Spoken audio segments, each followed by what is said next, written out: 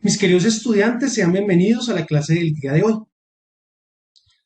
Ante tales problemas de persecución que sufría la Iglesia por parte de los emperadores, por parte del Imperio Romano, por parte de los mismos judíos que eran sus hermanos, la Iglesia tuvo la gran decisión de empezarse a organizar.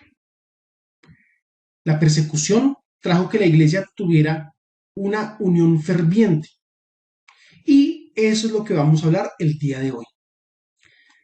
Nos vamos a enfocar en la muerte de Juan. Juan es el último apóstol que queda.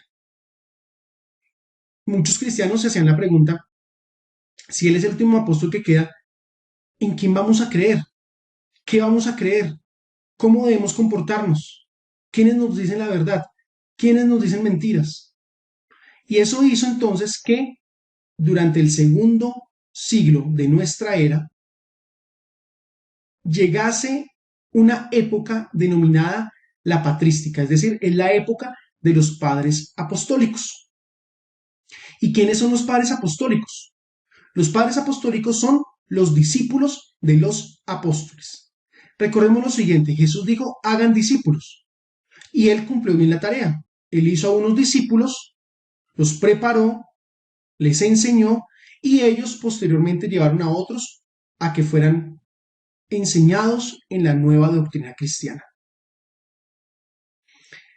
Entonces, los padres apostólicos eran personas que, basadas en las enseñanzas de los apóstoles, comenzaron a desarrollar la doctrina cristiana.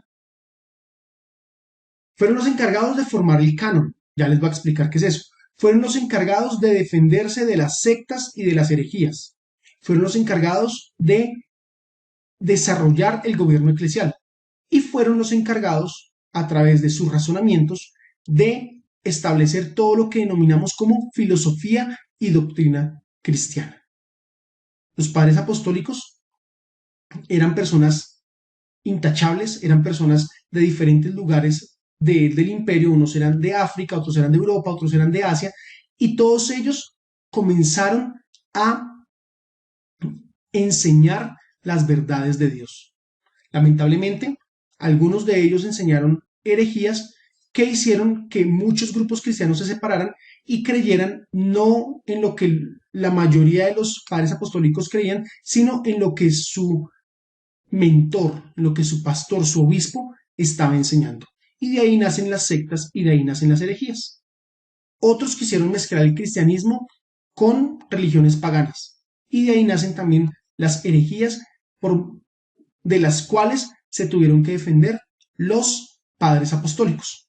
Entonces ya sabemos que los padres apostólicos son los discípulos de los apóstoles. Vamos entonces a analizar este concepto de canon. Cuando hablamos de canon, estamos hablando de una palabra que significa regla de oro o una caña para medir. La palabra canon significa los libros que en realidad deben componer la Biblia. Eso era el canon. ¿Y por qué es una regla de oro? Porque es una caña para medir. Porque estos libros debían ser los libros por medio de los cuales Dios había inspirado a los profetas, a los apóstoles para escribir. Y no se podían incluir libros que no fueran inspirados por Dios. No se podrían incluir libros que fueran en contravía de las enseñanzas de Jesús. No se podrían incluir libros que fueran en contravía de las enseñanzas de los apóstoles. Es por eso que el canon era un estudio minucioso de cuáles libros debían integrar la Biblia, de cuáles libros debían componer la Biblia. Esta formación del canon se debe gracias a la intervención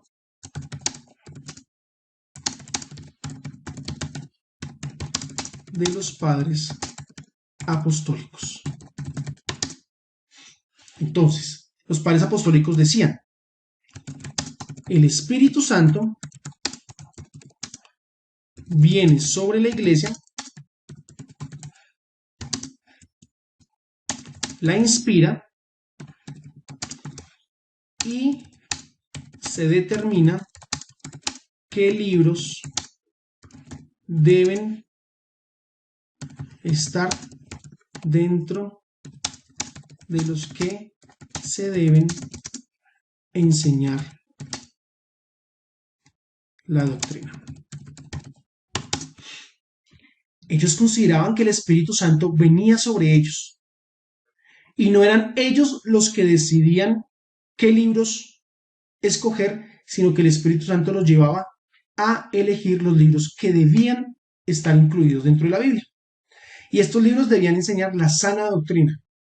Estos libros debían enseñar la verdad que Jesús había enseñado. Ojo a lo que les voy a explicar. Estas personas eran personas estudiadas. Los padres apostólicos eran personas que habían estado acompañando a los discípulos de Jesús. Y si ellos habían estado acompañando a los discípulos de Jesús, ellos habían recibido las enseñanzas de testigos directos, de testigos presenciales, de testigos que habían escuchado, de testigos que habían visto lo que Jesús había hecho. Al ser discípulos directos de los apóstoles, eran las únicas personas encargadas, eran las personas con la experticia para poder decidir cuáles libros debían ser incluidos y cuáles no.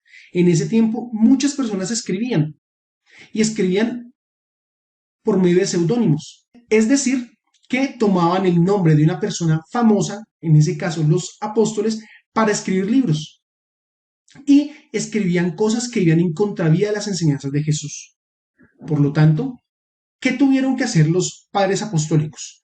Los padres apostólicos tuvieron que determinar eventos y contextos históricos. Al determinar lo que se decía en los libros, ellos, y al analizarlo, ellos podían decir si en realidad ese libro correspondía a los apóstoles o no correspondía a ellos. Ellos miraban también la forma literaria y de escritura. Ellos conocían cómo los apóstoles habían escrito, cómo era el estilo literario de los apóstoles, cuál era su nivel de griego, cuál era el estilo en el que ellos habían escrito sus cartas, y por eso cuando una carta decía ser de X apóstol y no concordaba con el estilo literario, con la manera como él escribía, esa carta era rechazada.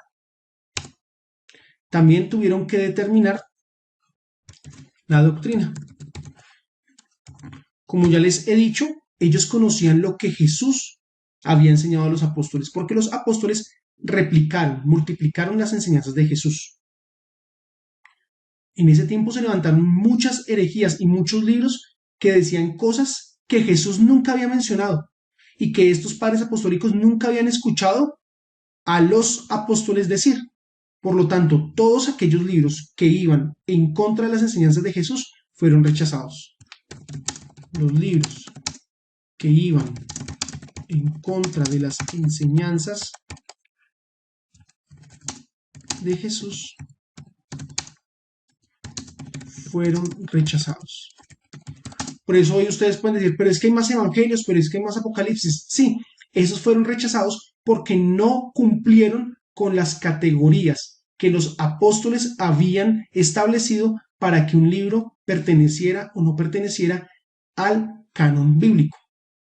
Por lo tanto, todos esos libros que hoy llamamos apócrifos, esos libros no son incluidos dentro del canon porque esos libros no cumplen con las exigencias de los padres apostólicos. O no concordaban los eventos históricos, o no concordaban los estilos literarios de los apóstoles, enseñaban falsa doctrina, o iban en contra de lo que Jesús había enseñado. Por lo tanto, esos libros son rechazados y todavía hoy esos libros no son aceptados por la comunidad cristiana. Esta tarea de formar el canon duró más de 200 años y eran los encargados de hacer esto personas eruditas, personas intelectuales de ese tiempo que se dedicaron a leer libro por libro y a determinar si cumplía con las exigencias o no. Es por ello que se llama regla de oro o caña para medir, porque si no cumplían con las exigencias, no podía estar dentro de la Biblia. Es por eso que los libros debían ser tan correctos y tan perfectos que cuando los midieran, que cuando los libros fueran sometidos a las pruebas, no debían tener ninguna falta. La formación del canon es lo que hoy conocemos como los libros del Antiguo Testamento y los libros del Nuevo Testamento, aceptados por los padres apostólicos y enseñados por los discípulos, por los padres apostólicos y por la iglesia en general. Nos vemos en una siguiente ocasión. Que Dios los bendiga.